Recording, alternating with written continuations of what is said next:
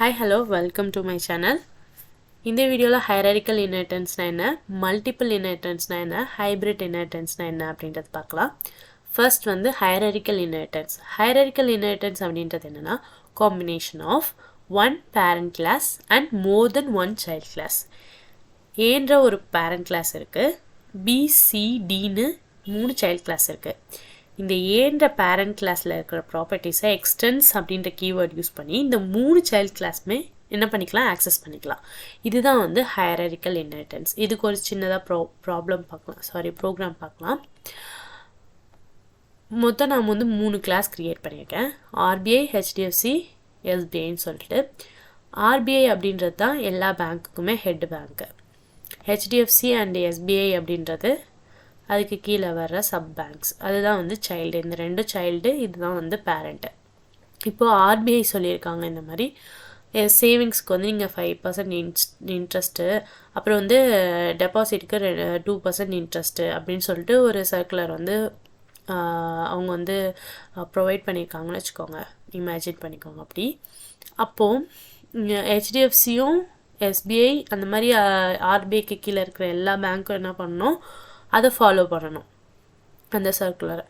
So என்ன பண்ணுறாங்க, இந்த ஹெச்டிஎஃப்சி எஸ்பிஐ வந்து ஆல்ரெடி வந்து லோனுக்கு வந்து ஹெச்டிஎஃப்சி வந்து 24% வந்து இன்ட்ரெஸ்ட்டு போட்டிருக்காங்க, எஸ்பிஐ வந்து 10% சொல்லிட்டு சொல்லியிருக்காங்க.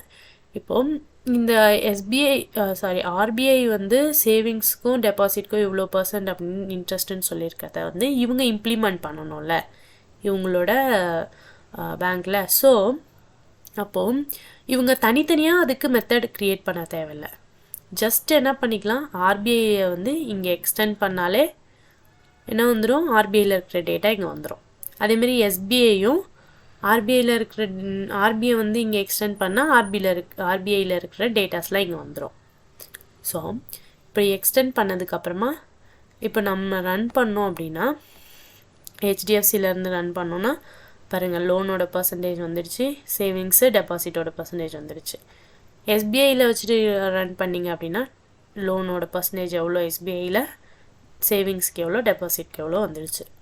ஸோ ஆர்பிஐன்ற பேரண்ட் கிளாஸில் இருக்கிறத ஹெச்டிஎஃப்சி எஸ்பிஐன்ற சைல்ட் கிளாஸ் எக்ஸ்டென்ஸ் அப்படின்ற கீவேர்ட் யூஸ் பண்ணி ஆக்சஸ் பண்ணிக்கிறாங்க. இதுதான் ஹையரார்ச்சிக்கல் இன்ஹெரிட்டன்ஸ். அடுத்தது நம்ம பார்க்க போகிறது மல்டிபிள் இன்ஹெரிட்டன்ஸ். மல்டிபிள் இன்ஹெரிட்டன்ஸ் வந்து ஜாவாவில் வந்து நம்மளால் அச்சீவ் பண்ண முடியாது. எதனால் அப்படின்றத நம்ம இப்போ பார்ப்போம். இந்த மல்டிபிள் இன்ஹெரிட்டன்ஸ் அப்படின்றது என்னன்னா child class accessing more than one parent class. இதே தான் மல்டி லெவல்லையும் நம்ம பார்த்தோம். பட் ஆனால் மல்டி லெவலில் என்ன பார்த்தோம் அப்படின்னா child class accessing more than one parent class in a 3 level structure.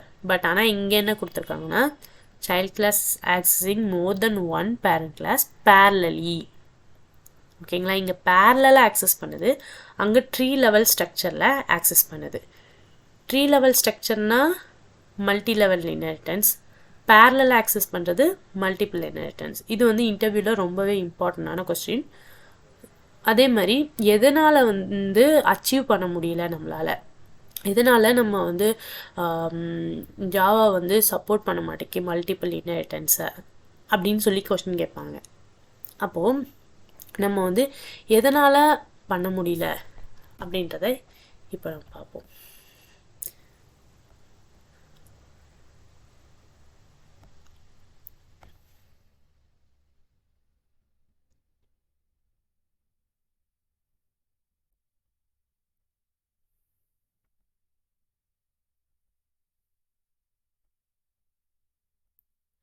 Okay, நம்ம மல்டி லெவலில் வந்து இந்த 3 கிளாஸுமே பார்த்தோம். இது வந்து எம்ப்ளாயி, இது வந்து சைல்டு, கம்பெனின்றது பேரண்ட்டு, கிளைண்ட்டுன்றது பேரண்ட், கிராண்ட் பேரண்ட். ஓகேங்களா, இங்கே வந்து என்னென்னா மல்டிபிள் இன்ஹெரிட்டன்ஸில் கிளாஸ் ஏன்றது பேரண்ட், பின்றது பேரண்ட், ஆனால் சின்றது சைல்டு. இது ஏன்றது அப்பா, பின்றது அம்மா, சின்றது சைல்டு. ஓகேங்களா, அப்படி இமேஜின் பண்ணிக்கோங்க. இப்போ வந்து இந்த ரெண்டுமே வந்து இப்போ அப்பாவோடதும் குழந்தைக்கு தான், அம்மாவோடதும் குழந்தைக்கு தான். ஓகேங்களா? இப்போது இந்த சைல்ட் கிளாஸில் தான் நம்ம எப்போவுமே என்ன பண்ணணும், எக்ஸ்டென்ஸ் க்ரியேட் பண்ணணும், அதை மறந்துடாதீங்க. அப்போது நம்ம சைல்ட் கிளாஸ் எது, இதுதான் எம்ப்ளாயின்றது தான் சைல்ட் கிளாஸ். நம்ம வந்து இப்போ வந்து நான் இங்கே வந்து கம்பெனிக்கு பக்கத்தில் ஒரு கமா போட்டு இப்போ நான் கிளைண்ட்டு அப்படின்ற அந்த பேரண்ட் கிளாஸை இங்கே நான் கால் பண்ணும்போது எனக்கு ஒரு எரர் வருது. இதுக்கு பேர் சின்டாக்ஸ் எரர். பார்த்தீங்களா, இங்கே கீழே காமிக்கிறதுல சின்டாக்ஸ் எரர். ஸோ என்ன வரும் அப்படின்னா சின்டாக்ஸ் எரர் வரும். இப்போ ஃபஸ்ட்டு குழந்தை அந்த சைல்டு கிளாஸு ஃபஸ்ட்டு அப்பாவோட இந்த ஃபஸ்ட்டு எடுத்துக்கணுமா, அம்மாவோடதை எடுத்துக்கணுமா, அந்த மாதிரி என்ன வரும், ப்ரியாரிட்டி ப்ராப்ளம் வரும். ஃபஸ்ட்டு ஏவோடது எடுத்துக்கணுமா, பியோடது எடுத்துக்கணுமா அப்படின்னு சொல்லிட்டு என்ன வரும்னா ப்ரியாரிட்டி ப்ராப்ளம் வரும். அதனால சின்டாக்ஸ் எரர் ஷோ பண்ணும் நமக்கு. ஸோ இதனால தான் நம்மளால் மல்டிபிள் இன்ஹெரிட்டன்ஸை நம்மளால் இங்கே ஜாவாவில் வந்து அச்சீவ் பண்ண முடியாது. Java does not support multiple inheritance. இதுக்கு என்ன சொல்யூஷன் இருக்குது அப்படின்றத இன்னும் வரப்போகிற கிளாஸில் நம்ம பார்க்கலாம். அடுத்தது நம்ம பார்க்க போகிறது ஹைப்ரிட் இன்ஹெரிட்டன்ஸ். ஹைப்ரிட் இன்ஹெரிட்டன்ஸ் அப்படின்றதுன்னா combination of any 2 or more inheritance. ஏதாவது 2 இல்லை 3 இன்ஹெரிட்டன்ஸோட காம்பினேஷன் தான். Single inheritance, multi level inheritance combination, இல்லைனா single inheritance, hierarchical inheritance combination. இப்போ நம்ம பார்க்குற டயக்ராம் வந்து சிங்கிள் இன்ஹெரிட்டன்ஸ், ஹையராரிக்கல் இன்ஹெரிட்டன்ஸ். எப்படி ஏன்றது ஏபிஏ பார்த்துக்கோங்க. இந்த ரெண்டுமே என்னது, சிங்கிள் இன்ஹெரிட்டன்ஸ் ஏபி. அதுக்கப்புறமா நம்ம இப்படி பார்த்தோம் அப்படின்னா வெறும் இந்த பார்ட் பிசிடிஇ பார்த்தீங்கன்னா ஹையராரிக்கல் ஃபார்ம். இதுவே வந்து ஏபிடி பார்த்தீங்கன்னு வச்சுக்கோங்களேன் ட்ரீ லெவல் ஸ்ட்ரக்சர். ஸோ இதுதான் வந்து என்னென்னா ஹைப்ரிட் இன்ஹெரிட்டன்ஸ். 2 இன்ஹெரிட்டன்ஸை வந்து ஜாயின் பண்ணி இது பண்ணுறது தான் ஹைப்ரிட் இன்ஹெரிட்டன்ஸ். ஓகே, கண்டிப்பாக இந்த எல்லா டைப் ஆஃப் இன்ஹெரிட்டன்ஸும் உங்களுக்கு புரிஞ்சிருக்கும்னு நம்புகிறேன். உங்களுக்கு ஏதாவது டவுட்ஸ் இருந்துச்சு அப்படின்னா மறக்காமல் கமெண்ட் பாக்ஸில் கமெண்ட் பண்ணுங்கள். அது மட்டும் இல்லை, டிஸ்கிரிப்ஷனில் என்னோடய டெலிகிராமோட குரூப் லிங்க் வந்து நான் அட்டாச் பண்ணியிருக்கேன். ஸோ வந்து அந்த குரூப்பில் ஜாயின் பண்ணுங்கள்.